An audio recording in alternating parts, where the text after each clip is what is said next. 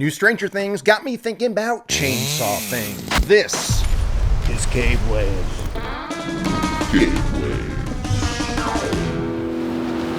Kurt Money here, alongside my co-host, Mrs. Columbo. Today, the mind grapes are buzzing about the first trailer Netflix just dropped for the 5th and final season of Stranger Things. Well, not so much about the trailer. The trailer rules. I mean, gimme. I'm ready for November. I need you to fight one last time. But they also released some stills from the show, and this is what I'm loving, because we see Steve there wielding the chainsaw. It's only fitting that a chainsaw would be added to their arsenal in the fight against the Upside Down, because the chainsaw was no doubt the weapon of choice in the 1980s. Sure, you can make a case for an axe or machete or a big old knife, but my money's on chainsaw, and I've got 5 movies to prove that point right now. But first, a little context. To truly understand the appeal of the chainsaw, we must travel back in time to 1974 and the release of Tobe Hooper's masterpiece, the Texas Chainsaw Massacre. This is not only where the chainsaw love began, it's also the literal beginning of the entire slasher genre as we know it today. And the final girl, not to mention the blueprint for Jason and Michael, and a point of reference for the countless fill-in-the-blank massacre movies that followed. Although my money on the best one of those, Slumber Party. Kind of an extreme reaction in not being invited to the party, wouldn't you say? The impact of Texas Chainsaw Massacre is still being felt today, and it is probably the best horror film of all time. I don't need to talk you into it. If you need some convincing, I would suggest you read Joe Bob's article about it that he wrote, that I linked to in the description, or you can watch him talk about it on Shudder on the Just Joe Bob episode for Chainsaw. The movie parts are not streaming right now, of course, but you can watch him talk about the movie, and I highly suggest you do that. 4 stars. If I could give it 5, I would. Joe Bob says, check it out. The 5 movies I'm about to list are not in order of worst to best or best to worst. It's chronological. Okay, we're going a year order here. That's why I'm starting with Motel Hell from 1980, starring Rory Calhoun and Nancy Parsons as the owners of Motel Hello, renowned for their smoked meats, which actually comes from people that they murder and then plant in their secret garden until they're ready for harvest. It's all kinds of critters to make Farmer Vincent fritters. And you know what? The chainsaw doesn't pop up until the final act of the film. It's at the very end, and we'll get to it. But the basic premise, selling sausages made from people meat, I mean, that's a direct lift from Texas Chainsaw Massacre. It wasn't as clearly stated as it is in the Chainsaw sequel that came later, but the hippies buy meat from Sea-Dow. Hey, I got us some barbecue. And we see Franklin eating it later. It was just way more front and center in Motel Hell. There's too many people in the world. Not enough food. Now, this takes care of both problems at the same time. But humans. Human flesh. One thing we gotta give Motel Hell full credit for, this is the first time I've seen a chainsaw battle between a sheriff and a farmer with a pig's head on. This is Vincent. Vincent? You know, supposedly Rory Calhoun, but I doubt they talked Rory Calhoun into popping that pig head on, so that's probably a stunt double. But anyway, it's a great visual. No doubt a terrible visual POV from the pig. I mean, I don't know what you're seeing, but it sure does look good on the screen.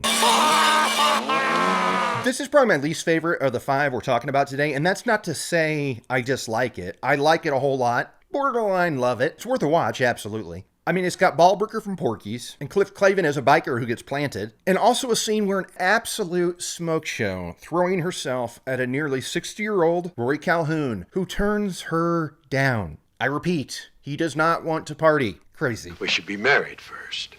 Are you proposing to me? Next up is Pieces from 1982. This is grade A, 10 out of 10, pure cinema. It's the story of a tortured soul who slaughters his mom as a kid because she didn't like the nudie puzzle he was doing. Where did this filth come from?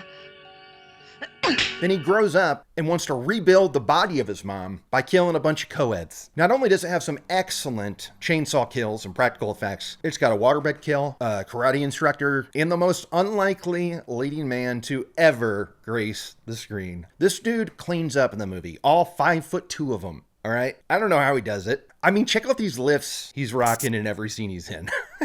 But still, the ladies love him. Until they don't. What sets Pieces apart in the chainsaw genre is the fact that the killer works in complete secrecy and his identity is not known until the very end of the film. All the kills take place at the school in broad daylight and required him to wear all black, the giallo gloves and the hat and everything, plus cart around a giant chainsaw behind his back. He's just sneaking around. Every other film on this list, it's not a secret who's swiping, but not here, my friends. Nobody knows. Bastard! Bastard! Bastard! Number 3 on my list, I've already kind of mentioned, and that would be the sequel to the original Texas Chainsaw Massacre 2. A movie that I absolutely love, which is very clear considering the poster behind me. Slap me fire. Now, this movie bombed when it came out for a few reasons. Number 1, they were going to get an X rating, so they released it unrated, which meant they couldn't promote it anywhere. Like, they talked about how there was one billboard on Sunset, but they couldn't put it on buses. Are you mad at me? And 2, because people are dumb. And what they wanted was exactly what they got in Chainsaw 1. That's not what director Tobe Hooper wanted to do, and thank God he didn't. Because guess what? You can't make a sequel to Chainsaw and take it seriously. Just see every other Chainsaw sequel they made after this one, and you'll see what I mean. It's just a copy of a copy of a copy of something else. Although sometimes they star Renee Zellweger and Matthew McConaughey.